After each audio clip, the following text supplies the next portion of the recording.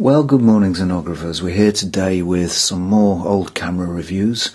This time the review is on this camera. This is the Fed 2. So here is the Fed 2. And what a lovely old thing it is. This was the first development by the Russian camera industry, certainly by the Fed people, of the Leica copy that they made. Originally, the Russian camera industry began making copies of the Leica 2, and they made those for a number of years, right up until the mid-50s. So this is the first variation on their copy of the Leica 2, and this incorporates some original thinking on the part of the Russian camera designers. It's still very much a Leica-based product. It's got the same cloth shutter, it's a rangefinder camera. However, the Fed 2 does show a number of quite significant developments. First of all, we can see that the rangefinder is much wider than the standard Leica rangefinder. Let's compare it to a Barnack Leica here. And you can see it has a much longer rangefinder base, which makes for accurate focusing. So the Leica is there and the Fed is there, almost twice the distance. As I say, that makes for far more accurate focusing, at least in theory. Let's compare the size. As you can see, it's a little taller than the Leica. The Leica retains these very small proportions, and the Fed 2 is maybe, I don't know, a centimetre or so higher. And in fact, the Feds did get taller and taller as they went along. So it's a little taller than the Leica. So width-wise, we can see again that it is a little wider, perhaps a centimetre or so, somewhere between half and 1 centimetre. This being an early Fed 2, it still has the strap lugs for carrying it out of the case, just as the Leica does. My understanding is that these were deleted from later Fed 2 models, although some of the Fed 3s do have them. This camera comes equipped with the Industar 26 lens, which, as you can see, has a nice polished aluminium barrel, and that's a very similar lens to the Industar 61 that the later Feds, the 3s and the 4s and the 5s have. It's a Tessar design. An important difference is that whereas the Industar 61 lenses go from f2.8 to f16, this lens in fact goes from f2.8 to f22, so we've got another stop of aperture there. It has a self-timer, which the Fed 1 models didn't have, and it also has the diopter adjustment lever here, which adjusts for different abilities in eyesight, and if you wear glasses you can use that to help focus the viewfinder. So that's a very useful addition. The Fed 1s didn't have that. The Fed 2 is a really nice camera. It's very, very well made. It's quite heavy. In fact, as all the Feds are. It's probably comparable to the Leica. The Leica may be very slightly lighter. It's really nicely made. The engineering is very, very fine and very, very high quality. Let's try the shutter sound of both of these cameras. So first we'll fire the Leica. Nice, very nice quiet click there. And then we'll fire the Fed. The Fed is slightly noisier than the Leica, but it's on a par. It's not too dissimilar. Now, one important advance on the Fed 2 over the Fed 1, and indeed over the Barnack Leicas, is that the entire back comes off to make film loading easier. So what we do is we undo these little clamps here, and then we just simply slide off the back. Now, if you're familiar with Russian cameras, you'll know that this is quite commonly used. So if we turn the camera around, we'll see that the entire back has come off, and that makes film loading very, very much easier. What you need to do is, there's a similar take-up spool to the Leica, in fact it's identical, and so we feed in, if you can see the little lip there, we need to feed the film underneath that little lip, and so we put the film there, give it a little push, and it locks into one of the tabs on the film there, and so we then just mount the cartridge on this side, mount the take-up spool on this side, and our fed camera take up the slack. Our fed is now ready to go, so all we do is just pop the back on,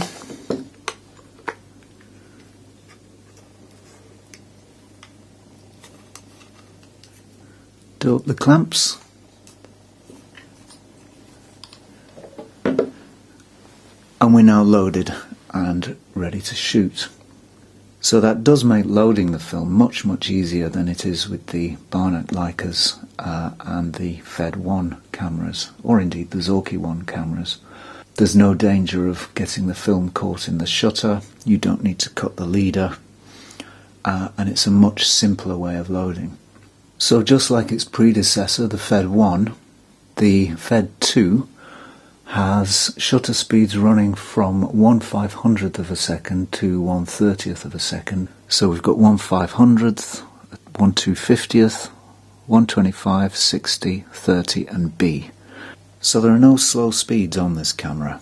The Leica does score in that respect. We don't get slow speeds on the Russian cameras until the Fed 3, and in fact the Zorki 3.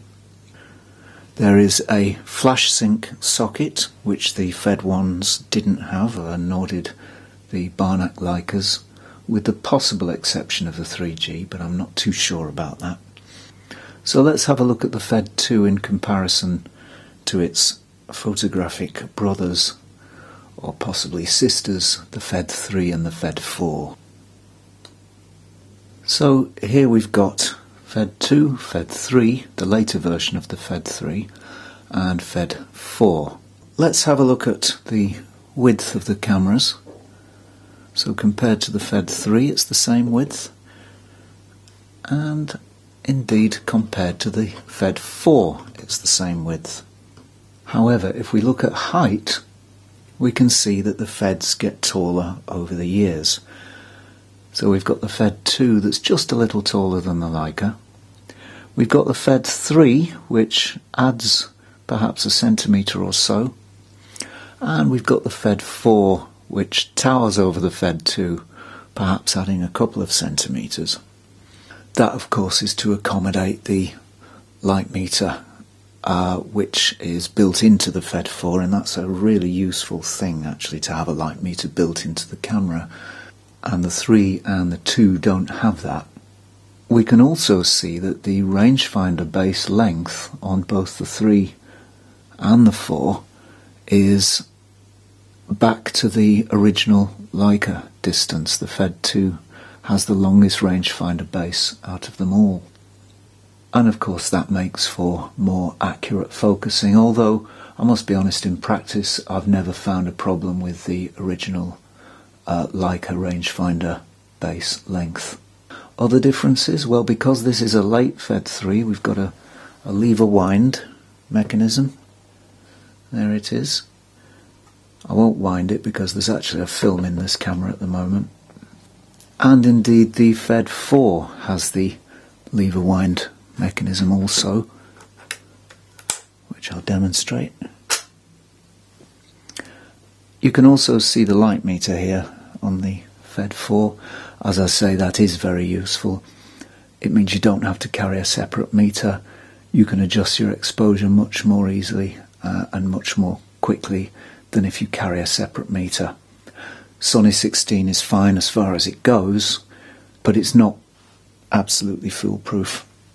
So that's a really useful thing. Neither the 3 nor the 4 have strap lugs, as you can see, though they do have flash synchronization, and they do also have slow speeds. They run from 1/15th, 1/8th, 1/4, 1/2 and 1 whole second. Again, in theory, that should be a useful advantage. In practice, I've found that I very rarely use those slow speeds. When I was learning photography in the 70s and I got my first camera, that was a Fed 4, and when I occasionally wanted to do an indoor shot under electric lighting, yes, it was useful on those occasions, but I can't see it being a great deal of use on a camera today. So I don't think the Fed loses by its lack of slow speeds. You'll notice that both the Fed 3 and the Fed 4 came with the Industar 61 lens. It has the same shape and overall appearance, apart from some of the rings are black, whereas on the 26 they're of course all silver. The coatings on the 61 are said to be somewhat improved, and in fact in use I've found that the 61 does in fact have better contrast than the 26, but it's not something you're really going to notice too much. Again, the 61 only goes up to f16, whereas we get that extra stop of f22 on the Fed 2.